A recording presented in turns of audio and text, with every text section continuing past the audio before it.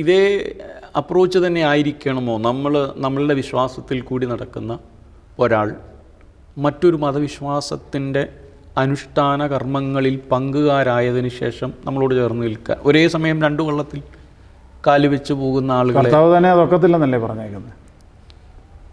പിന്നെ അതിനെക്കുറിച്ച് നമ്മൾ ആലോചിക്കേണ്ട. കാരണം എന്താണെന്ന് ചോദിച്ചാൽ, ഞാൻ മാമോദിസ ഏറ്റ് കർത്താവിൻ്റെ ശരീരത്തോട് ചേർന്ന് നിത്യജീവൻ്റെ മാർഗത്തിൽ സഞ്ചരിച്ചുകൊണ്ടിരിക്കുന്നതിനകത്തൂടെ വേറൊന്നും നടക്കൂ. അപ്പോൾ കർത്താവ് എനിക്ക് ആരാണ്? എല്ലാം ദൈവം അല്ലേ? അപ്പോൾ യേശു ആരാണ്? യേശു ക്രിസ്തു ആരാണ്? നമ്മളത് പറയുന്നതിൽ ഇച്ചിരി പുറകോട്ട് പോകുന്നുണ്ടോ തിരുമേനി ഇപ്പോൾ പറഞ്ഞ ആ സ്റ്റേറ്റ്മെൻറ്റ്? പിന്നെ തീർച്ചയായിട്ടും. എന്തിനാണ് നമ്മൾ പറയാൻ പഠിക്കുന്നത്? ഞാൻ വീണ്ടും പറയുന്നു, ഞാൻ പ്രത്യേകിച്ചും ചില സ്ഥലങ്ങളിൽ ഞാൻ പറഞ്ഞിട്ടുള്ളതാണ്. ഞാൻ മാത്തൂർ എന്ന് പറയുന്ന ഗ്രാമത്തിൽ ഹൈന്ദവ സഹോദരങ്ങളോട് ഒരുമിച്ച് കളിച്ച് വളർന്ന ഒരാളാണ്. മലബാറിൽ ശുശ്രൂഷയ്ക്ക് പോയപ്പോൾ അവിടെയുള്ള നമ്മുടെ വീട്ടുകാരൊക്കെ മുസ്ലിം സഹോദരങ്ങളോട് ചേർന്ന് ജീവിക്കുന്ന ആളുകളാണ്. അതിൻ്റെ അർത്ഥം എൻ്റെ നാട്ടിലെ ക്രിസ്ത്യാനികളെല്ലാം മാത്തൂരെ അമ്പലത്തിൽ പോയി ആരാധന നടത്തുമെന്നുള്ളതല്ല. നമ്മുടെ മലബാർ ഭദ്രാസനത്തിലെ ആളുകളെല്ലാം മുസ്ലിം പള്ളിയിൽ പോയി നമസ്കരിക്കുമെന്നുള്ളതല്ല. അപ്പോൾ ഈ ഒരു ഹാർമണി നമുക്ക് നിലനിർത്തുകയും വിശ്വാസ ജീവിതത്തിൽ യേശുക്രിസ്തു ആരാണെന്നുള്ളൊരു ബോധ്യത്തിൽ വളരുകയും ചെയ്താൽ ഈ ചോദ്യത്തിന് തന്നെ പ്രസക്തിയില്ലാതെ. അങ്ങനെ ആരെങ്കിലും രണ്ട് വള്ളത്തിൽ കാല് ചവിട്ടി ജീവിക്കുന്നുണ്ടെങ്കിൽ രണ്ട് മതങ്ങളെയും അല്ലെങ്കിൽ രണ്ട് പാതകളെയും രണ്ട് മാർഗങ്ങളെയും തുച്ഛീകരിക്കുകയാണെന്നാണ് എൻ്റെ വിചാരം. അങ്ങനെ എങ്ങനെയാണ് സാധിക്കുന്നത്? പൗലോസ്ലീഹയൊക്കെ പറഞ്ഞത്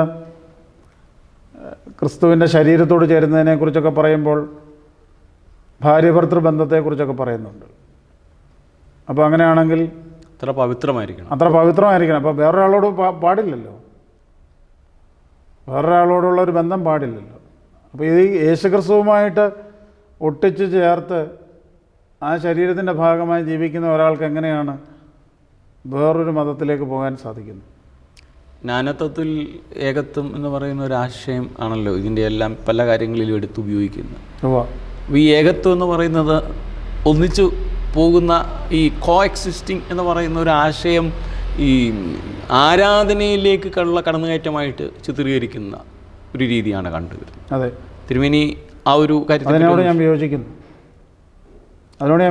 പരിധി എവിടം വരെ ആയിരിക്കണം തിരുമേനിക്കുന്നു ഒന്ന് വിശദീകരിക്കാൻ പറ്റുമോ? അല്ല, ഓർത്തഡോക്സ് സഭയിൽ അറിയാമല്ലോ, ഓർത്തഡോക്സ് സഭയിൽ കൂദാശകൾ എന്ന് പറയുന്നത് മാമോദീസ ഏറ്റ വിശ്വാസികൾക്ക് മാത്രമേ ഉള്ളൂ. അപ്പോൾ അതുകൊണ്ട് അതിന് നമുക്ക് കൃത്യമായ ബൗണ്ടറിയും കൃത്യമായ നിർവചനവും നമുക്കുണ്ട്. അതിനങ്ങേപ്പുറത്തേക്ക് നമുക്ക് പോകാൻ സാധിക്കില്ല. നമ്മൾ പോകുന്നതിനെ പ്രോത്സാഹിപ്പിക്കുകയില്ല. അങ്ങനെ ഒരാൾ പോയാൽ അവർ തന്നെ സഭയ്ക്ക് പുറത്തു പോകും എന്നാണല്ലോ നമ്മുടെ നിയമം. ഞാൻ ഇന്ത്യ എന്ന് പറയുന്ന രാജ്യത്ത് ജീവിക്കുമ്പോൾ ഇന്ത്യയുടെ നിയമങ്ങൾ പാലിക്കുവാൻ ബാധ്യസ്ഥനാണ്. ഞാനതിന് വിരുദ്ധമായി പ്രവർത്തിച്ചാൽ എനിക്കെതിരെ നടപടിയുണ്ടാകും. പക്ഷെ അയാൾ വിചാരിക്കുകയാണ് ദൈവം എന്നോട് ക്ഷമിച്ചുകൊള്ളൂ, തിരിച്ചു വരുന്നു, ഒന്നും അറിയാത്തതുപോലെ നമ്മളോടൊപ്പം ചേർന്ന് നടക്കുന്നു. അല്ല, അതാണ് ഞാൻ മുമ്പേ പറഞ്ഞത്. എങ്ങനെ ഒരാൾക്ക് അങ്ങനെ ഒരു മനസ്സാക്ഷി ഉണ്ടാകുന്നു എന്നുള്ളതാണ്. അത് അയാൾ ചിന്തിക്കേണ്ടതാണ്. അല്ല, അപ്പോൾ ഇപ്പോഴത്തെ ഒരു പ്രധാന പ്രതിസന്ധി അതാണ്. ശരികളും തെറ്റുകളും എല്ലാം വ്യക്തികളാണ് നിശ്ചയിക്കുന്നത്. അപ്പോൾ ചെയ്യുന്നതെല്ലാം ശരിയാണ്. ഞാൻ പറയുന്നത് ശരിയും തെറ്റും നിശ്ചയിക്കേണ്ടത് യേശുദമ്പുരാൻ്റെ ജീവിതവും വചനവും അടിസ്ഥാനത്തിൽ ശരി തെറ്റുകൾ നിശ്ചയിച്ചാൽ ഏത് ശരി ഏത് തെറ്റ് എന്നുള്ളത് ബോധ്യപ്പെടുത്തി തരും. നിൻ്റെ വിശ്വാസം നിന്നെ രക്ഷിച്ചിരിക്കുന്നു. അത് ഏത് വിശ്വാസമാണെന്നുള്ളത്. ഇപ്പോൾ ഒരു വിശ്വാസവും ഇല്ലാത്തവനും രക്ഷയുണ്ടാകുമോ ഇല്ലയോ എന്നുള്ളതൊക്കെ വലിയ ചോദ്യങ്ങളല്ലേ. അപ്പോൾ ഇതിനോട് ചേർന്ന് വരുന്ന ഒന്നാണ് എല്ലാവരും പ്രാർത്ഥിക്കുന്നത് ദൈവത്തോടാണ് നമ്മൾ ഇടയ്ക്കിടയ്ക്കൊക്കെ പറയാറുണ്ട്. ആ അതിർവരമ്പുകളാണ് ചില നമ്മുടെ ഈ പുതിയ തലമുറയിൽ അത് കൃത്യമായി അവർക്കതിനെ മനസ്സിലാക്കാൻ പറ്റാതെ പോകുന്നത്. എല്ലാവരും വിളിക്കുന്നത് ദൈവത്തെയാണ്. അല്ല, നമ്മൾ ഈ വിട്ടുവീഴ്ച എന്തിനു ചെയ്യണമെന്നാണ് പറയുന്നത്? ആളിനെ നിലനിർത്താനോ ആളിനെ കൂട്ടാനോ? കർത്താവ് പോലും പറഞ്ഞിട്ടില്ലേ, കർത്താവ് രണ്ടാമത് വരുമ്പോൾ വിശ്വാസം കാണുമെന്ന്. നമ്മളെന്തിനാണ് ഈ അങ്കലാപ്പപ്പെടുന്നത്? അതിൻ്റെ അർത്ഥം ശ്രദ്ധിക്കേണ്ട എന്നുള്ളതല്ല.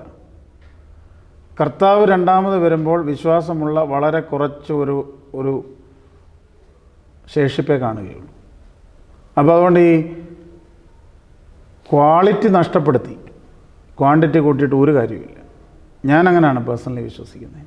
പക്ഷെ നമ്മുടെ ഈ ക്വാളിറ്റി നമ്മുടെ മുഖ്യധാരയിൽ നിൽക്കുന്ന ആളുകൾക്ക് പല ആളുകൾക്കും നമ്മുടെ സഭയുടെ സ്ഥാനങ്ങളിലേക്ക് എത്തിച്ചേരുന്ന ആളുകൾക്കും ഇല്ലാതെ പോകുന്നുണ്ടുള്ളതാണ്. സഭയുടെ വിശ്വാസം, ആരാധന എന്തായിരിക്കണം എന്നുള്ളത് നമ്മൾ മറന്നു പോകുന്നുണ്ട്. അത്തരം ഒരു ശൈലി തിരുമേനിക്ക് പരിചയപ്പെട്ടിട്ടുണ്ടാവുമെന്നാണ് ഞാൻ. തീർച്ചയായിട്ടും അതാണല്ലോ നമ്മുടെ ഇപ്പോഴത്തെ പ്രതിസന്ധി. സഭയെ നിർവചിക്കുന്നത് എങ്ങനെയാണ്? ഞാനതും ചിലയിടത്ത് പറഞ്ഞിട്ടുള്ളതാണ്. സഭയെ ഇപ്പോൾ എല്ലാവരും അതിൻ്റെ കൗതാശിക തലത്തെ വിട്ടിട്ട് അതിനെക്കുറിച്ച് ആർക്കും ഒരു കൺസേണും ഇല്ല. അത് വിട്ടിട്ട് സാമുദായിക തലമാണ് സഭയെന്ന് വിചാരിക്കുന്നവരുടെ എണ്ണമാണ് കൂടുതൽ. ഞാൻ പൂർണ്ണമായി വിശ്വസിക്കുന്ന ഒരു കാര്യം, കൗതാശിക സഭയാണ് കർത്താവ് സ്ഥാപിച്ചത്. അതിലൂടെയാണ് രക്ഷ. സാമുദായികം എന്ന് പറയുന്നത് അതിനെ സപ്പോർട്ട് ചെയ്യുന്ന ഒരു സിസ്റ്റം മാത്രമേ ഉള്ളൂ. സാക്രമെൻ്റൽ എക്സ്റ്റൻഷൻ എന്ന രീതിയിൽ നമുക്ക് സഹായങ്ങളിലേക്ക് പോകാം, അത്രേ ഉള്ളൂ. പക്ഷേ ആളുകൾക്ക് ഇന്നത് പിടികിട്ടുന്നില്ല. ആളുകൾക്ക് ഒട്ടുമേ മനസ്സിലാകുന്നില്ല. മനസ്സിലാക്കാൻ പറ്റാതെ പോകുന്നത് നേതൃത്വം നൽകുന്നവരുടെ വീഴ്ചകളുമുണ്ടല്ലോ. ശരിയായ വിശ്വാസത്തിൻ്റെ പഠനത്തിൻ്റെ ആഴമേറിയൊരു കുറവ് ഉണ്ട്. ടീച്ചിങ്ങും ലേണിങ്ങും ഈ സഭയിൽ കുറഞ്ഞു പോയതാണ് നമ്മുടെ അപകടം.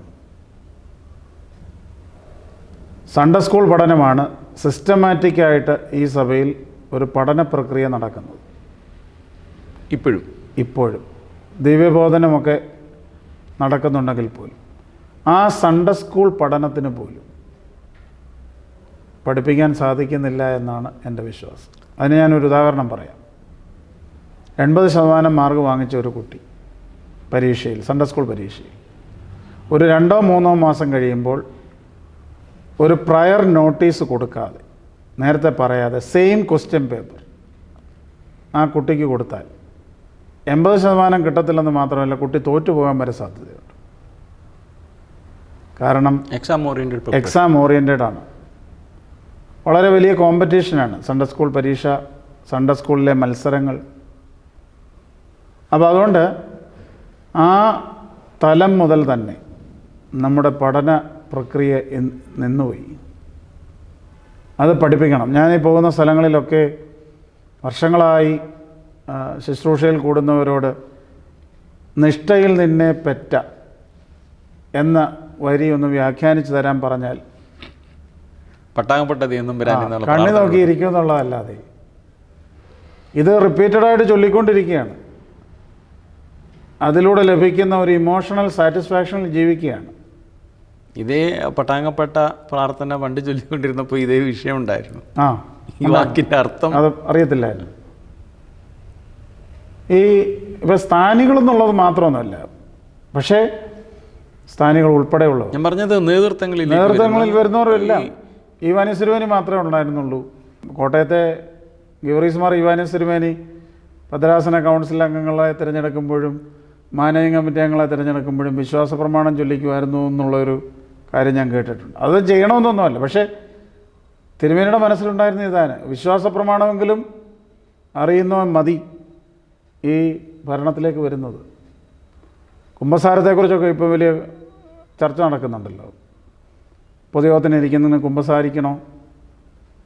ഞാൻ പൂർണ്ണമായി വിശ്വസിക്കുന്ന ഒരു കാര്യം, പിതാക്കന്മാർ ചിന്തിച്ചത് എങ്ങനെയാണ്, ഒരു പ്രാവശ്യമെങ്കിലും കുമ്പസാരിക്കുന്നവൻ പൊതുയോഗത്തിലിരുന്നാൽ മതി, തീരുമാനിച്ചാൽ മതി എന്ന് ചിന്തിക്കുന്നതിൻ്റെ അടിസ്ഥാനത്തിലാണ് അതുണ്ടായത്.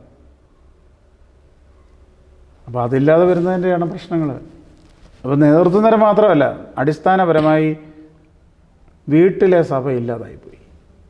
അതാണ് അതിൻ്റെ പ്രധാന പ്രശ്നം. അതെ, പ്രധാനമായും ഭവനത്തിലെ സഭ ഇല്ലാതായി. പള്ളിയിൽ നമ്മൾ എത്ര മണിക്കൂറാണ് കിട്ടുന്നത്? 3 മണിക്കൂർ. ആ 3 മണിക്കൂറും കൊണ്ട് എന്ത് ചെയ്യാനാണ്? അതിൽ തന്നെ പങ്കെടുക്കുന്ന സമയം പലർക്കും പലതാണ്. ഞാനും അച്ഛനും ഒക്കെ പ്രാർത്ഥന പഠിച്ചത് പുസ്തകത്തിൽ നോക്കിയാണ്. നമ്മളിത് വീട്ടിൽ കേട്ടി പഠിച്ചതല്ലേ. ആരാധനയിൽ ചൊല്ലിച്ചു. അപ്പോൾ ഇതെല്ലാം നഷ്ടപ്പെട്ടു പോയി ഈ സഭയിൽ. അതിനെ എങ്ങനെ തിരിച്ച് പിടിക്കാനായിട്ട് സാധിക്കും? അത്ര ഈസിയൊന്നുമല്ല. കാരണം എന്താണെന്ന് ചോദിച്ചാൽ ഇന്ന് മുഴുവൻ ഈ റീൽസ് ആണല്ലോ. റീൽസിൻ്റെ ദൈർഘ്യം എത്ര സെക്കൻഡാണ്, അല്ലെ എത്ര മിനിറ്റാണ്? അതുകൊണ്ട് തീരുന്ന പരിപാടികളിലേക്ക് നമ്മുടെ ബ്രെയിൻ ഓറിയൻറ്റഡായി.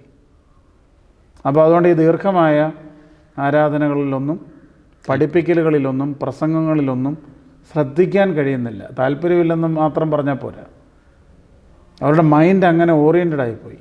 ഇതിനെപ്പറ്റി എന്തെങ്കിലും സുന്നോദോസികളിൽ ചർച്ചയോ അല്ലെങ്കിൽ തിരുമേനിമാരുടെ സ്വകാര്യ സംഭാഷണങ്ങളിൽ നമ്മൾ കൺസേൺസ് ഒക്കെ പറയാറുണ്ട്, പക്ഷേ റെമഡി ഇല്ല. എന്തെങ്കിലും ഒരു പരിഹാരം? എത്രയോ, ഞാൻ പരിശുദ്ധ സുന്നോദോസിൽ അംഗമായതിനു ശേഷം തന്നെ എത്രയോ പ്രാവശ്യം ഈ വിഷയം ചർച്ച ചെയ്തതാണ്. പേപ്പറുകൾ അവതരിപ്പിക്കുന്നു, ചർച്ച ചെയ്യുന്നു. പക്ഷേ പ്രാക്ടിക്കൽ ലെവലിലേക്ക് പോകുമ്പോൾ വീണ്ടും ഞാൻ പറയുന്നത്, ഇതിനും ഒരു സയൻറ്റിഫിക് പ്രൊഫഷണൽ അപ്രോച്ച് ഉണ്ടാകണം. എങ്ങനെ ഈ മാധ്യമങ്ങളെ, എങ്ങനെ സയൻസിനെ വിശ്വാസ പഠനത്തിനും വചന ശുശ്രൂഷയ്ക്കും ഉപയോഗിക്കുക എന്നുള്ളതിനെക്കുറിച്ചുള്ളൊരു പഠനം ഉണ്ടാകണം.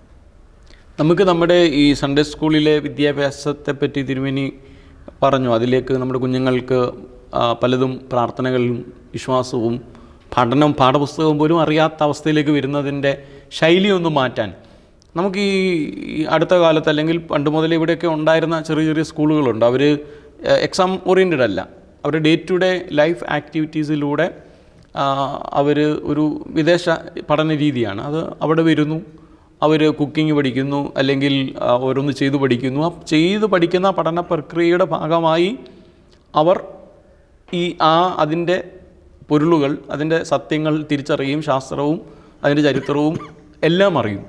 ആ രീതിയിലേക്ക് നമ്മുടെ സൺഡേ സ്കൂൾ മാറേണ്ടത്. ഒരു ടെക്സ്റ്റ് ബുക്ക് കിട്ടുന്നു, ടീച്ചർ വായിക്കുന്നു. നമുക്കിതിന് സമയവും സ്ഥലവും ഇല്ല. അമേരിക്കയിലെ എൻ്റെ പഠനത്തിൻ്റെ ഭാഗമായിട്ട് ഞാൻ 22 സഭകളുടെ ആരാധനാ രീതികളും ഒക്കെ ഞാൻ പഠനത്തിന് വിധേയമാക്കിയിട്ടുണ്ട്. അതപ്പോൾ ഒരു ചർച്ചിൽ ചെന്നപ്പോഴേ നസ്രയത്ത് പട്ടണം സെറ്റ് ഇട്ടിരിക്കുകയാണ് പള്ളിയുടെ കോമ്പൗണ്ടിൽ. പിള്ളേരെ പഠിപ്പിക്കുന്നത് അങ്ങനെയാണ്. അപ്പോൾ എന്ന് പറഞ്ഞാൽ അവർ കണ്ട് അതിനകത്ത് ആക്ടിവിറ്റി ചെയ്ത് പഠിക്കുകയാണ്, എക്സ്പീരിയൻസ് ചെയ്തതാണ്. നമുക്കിവിടെ എവിടെയാണ് ഒരു പള്ളിയും കഷ്ടിച്ചൊരു കെട്ടിടവും ഉള്ളിടത്ത് ഇത് ഇടാനൊക്കെ ഉണ്ട്.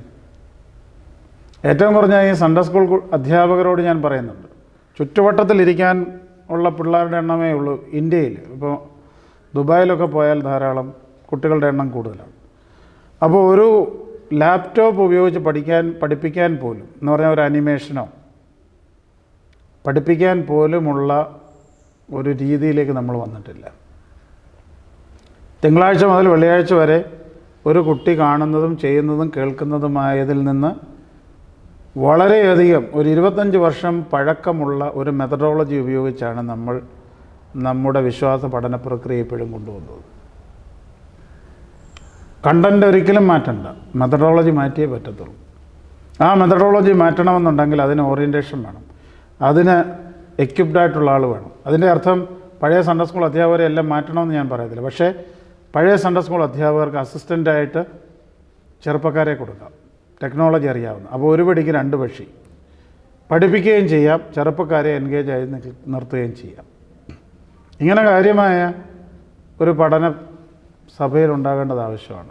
പഠനമൊക്കെ ഇങ്ങനെ പേപ്പറൊക്കെ അവതരിപ്പിച്ച് പോയാൽ പോരാ, അത് പ്രാക്ടീസ് ചെയ്യാനായിട്ടുള്ള ഒരു സംവിധാനമൊക്കെ ഉണ്ടാകണം. ഈ സംവിധാനങ്ങളെപ്പറ്റി പറയുമ്പോഴാണ് ഈ അധ്യാപക ക്ലാസ്സുകൾ വെക്കാറുണ്ട്. അതൊക്കെ എനിക്ക് തോന്നുന്നു സൺഡേ സ്കൂളിൻ്റെ അർദ്ധവാർഷിക സമ്മേളനങ്ങൾ സംഘടിപ്പിക്കുന്നത്. എനിക്ക് തോന്നുന്നു പലരും ഇതൊരു പ്രസംഗകൻ വരുന്നു, അയാളൊരു ടോപ്പിക് എടുക്കുന്നു, അയാൾ പറയുന്നു, തിരിച്ചു പോകുന്നു. അധ്യാപകരെന്ന് പറയുന്നവർ വ്യത്യസ്തങ്ങളായ ഡിനോമിനേഷൻസിൽ നിന്ന് വരുന്നവരാണ്. ആ വരുന്നവർക്ക് പലർക്കും ഭൂരിഭാഗം നമ്മുടെ ഈ സൺഡേ സ്കൂൾ കൈകാര്യം ചെയ്യുന്ന ഭൂരിഭാഗം ആളുകളും സ്ത്രീ വിഭാഗത്തിൽപ്പെട്ട ആളുകളാണ്, സ്ത്രീ സമൂഹമാണ്. അവർക്ക് ഈ പലർക്കും ഈ സഭയുടെ അടിസ്ഥാനപരമായൊരു ജീവിത ശൈലിയിൽ നിന്ന് മാറി ചിലപ്പോൾ വന്നിട്ടുള്ളവരാകാം ചിലർ. അവർ ഇത് പഠിപ്പിക്കുമ്പോൾ ഉണ്ടാകുന്ന ഒരു ചെറിയ ബുദ്ധിമുട്ടുണ്ട്. നമ്മുടെ ജീവിത സക്രമെൻ്റൽ, ഇപ്പം നമ്മൾക്ക് പലതും ഓരോ മൊഡ്യൂൾ തിരിച്ചാണ് നമ്മളുടെ ഇപ്പോഴത്തെ സൺഡേ സ്കൂളിൻ്റെ പുസ്തക ക്രമീകരണങ്ങളിൽ. അത് ഇതിനെ ബാധിക്കുന്നതായി തിരുമേനിക്ക് തോന്നിയിട്ടുണ്ടോ? വളരെയധികം. ഒരു സൺഡേ സ്കൂൾ അധ്യാപികയോട് പഠിപ്പിക്കേണ്ടെന്ന് തന്നെ ഞാൻ പറഞ്ഞിട്ടുണ്ട്. പക്ഷെ അത് അവർക്ക് ഉൾക്കൊള്ളാൻ പറ്റില്ല. കാരണം എന്താണെന്ന് ചോദിച്ചാൽ അവരെന്നോട് ചോദിച്ചാൽ എന്തിനാണ് വാങ്ങിപ്പോയവർക്ക് വേണ്ടി പ്രാർത്ഥിക്കുന്നതെന്ന്. Sunday school അധ്യാപികയാണ്. അപ്പോൾ അച്ഛനെ വിളിച്ചിട്ട് അന്നേരം തന്നെ പറഞ്ഞു, ഇനിയും മുതൽ ഇവരെ പഠിപ്പിക്കേണ്ട, ഈ കാര്യം പഠിച്ച് സമ്മതിച്ചിട്ടും മതിയെന്ന്. രണ്ട് കാര്യങ്ങളാണ് അപ്പോൾ അവിടെ ശ്രദ്ധിക്കാനായിട്ടുള്ളത്. ഒന്ന്, ഏതൊരു അധ്യാപനത്തിനും ഒരാളെ അപ്പോയിൻ്റ് ചെയ്യുമ്പോൾ ആ അധ്യാപനം തിരഞ്ഞെടുക്കുന്നതിനൊരു പ്രോസസ്സുണ്ട്. നമുക്കുണ്ടോ? സൺഡേ സ്കൂളിൽ അതില്ല. ഇല്ല. ഇനി അങ്ങനെ തിരഞ്ഞെടുത്ത ഒരാളിനെ തന്നെ അങ്ങനെ ഒരാളെ നമ്മൾ ചെയ്യുമ്പോൾ തന്നെ അവർക്കൊരു ഓറിയൻറ്റേഷൻ കൊടുക്കാൻ നമ്മൾ മെനക്കെടാറുണ്ടോ? ഇത് രണ്ടും പുനഃസ്ഥാപിക്കണം. പിന്നെ ഞാൻ പറയും, ക്ലാസ്സുകളിലെ അധ്യാപകരുടെ അപ്പോയിൻമെൻറ്റ് തന്നെ സൂക്ഷ്മതയോടെ വേണം. പ്രത്യേകിച്ചും ഒരു 5ാം ക്ലാസ് മുതൽ 9ാം ക്ലാസ് വരെയുള്ള സൺഡേ സ്കൂൾ അധ്യാപകരുടെ ക്ലാസ്സുകളിലെ നിയമനം കൃത്യമായി ആലോചിച്ച് വേണം. കാരണം നമുക്ക് ഏറ്റവും കൂടുതൽ ഇൻഫ്ലുവൻസ് ചെയ്യാവുന്ന ഒരു പ്രായം അതാണ്. ഇവിടെ ആരെങ്കിലും കൊണ്ടിട്ടിട്ട് കാര്യമുണ്ടോ?